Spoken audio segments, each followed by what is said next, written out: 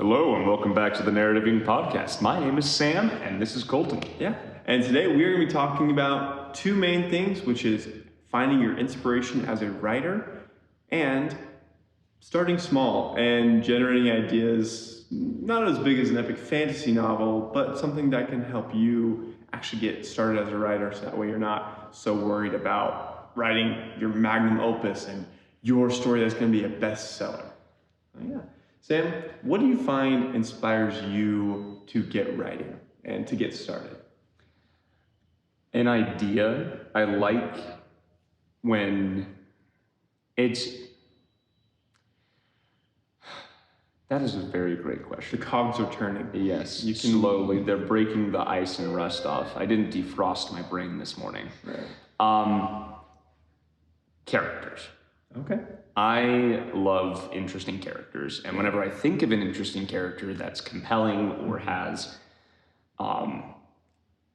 some twist maybe in the story that I want for them, I want to see that character interact with the world rather than just be a character in my brain. Right.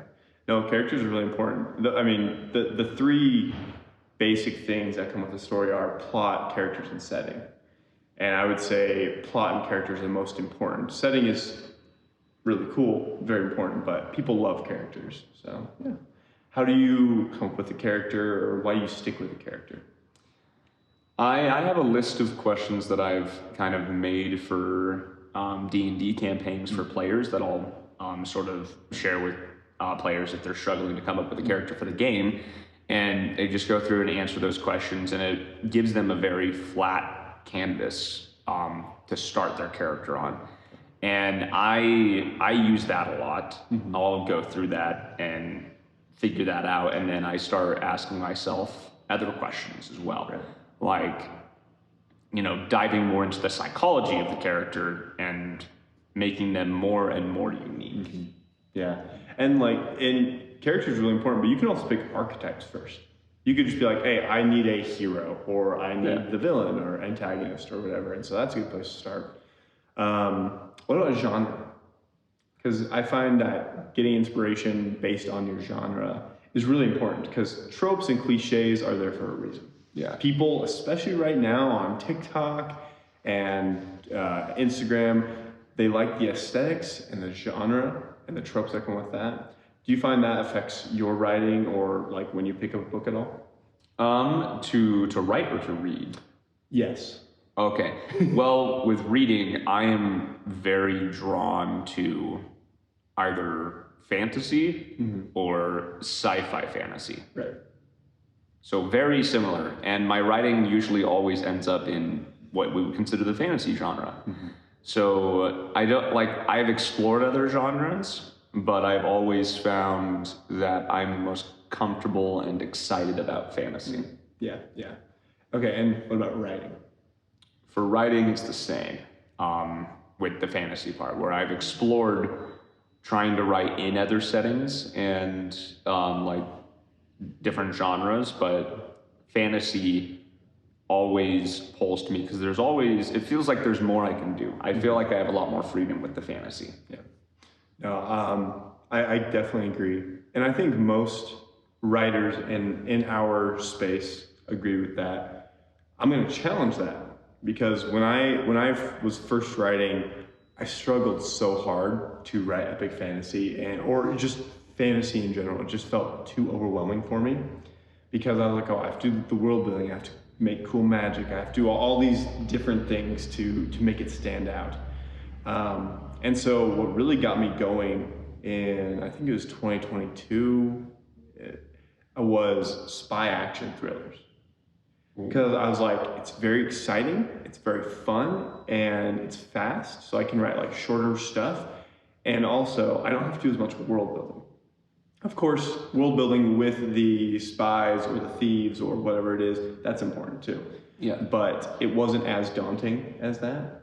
And so for me, one tip that I have is, when you are starting writing out, maybe try different genres. Find out what you like, because writing and reading your different genres are different.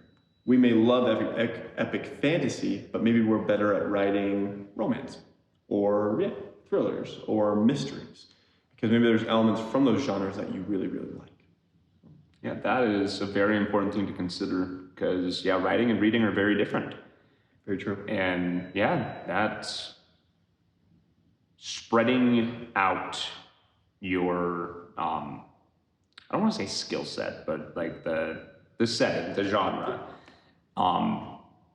I feel like that's also just a better way to find out what you do like writing. Yeah, yeah. Is exploring that. Yeah.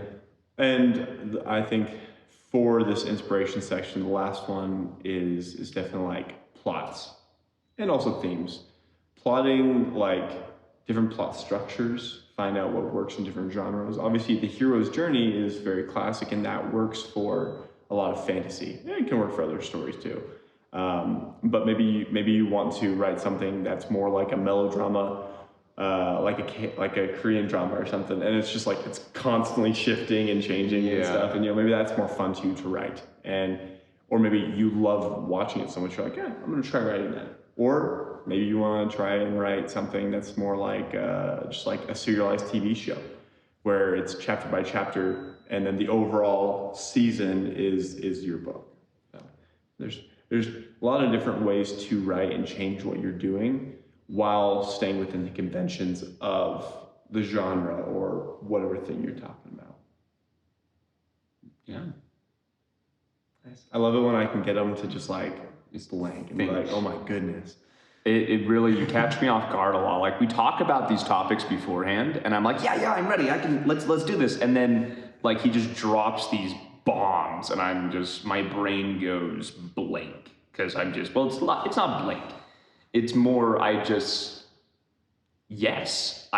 start thinking, I know I shouldn't do this, but I start planning what I'm going to write when I get home. I start getting excited for that instead of being in the moment. Yeah.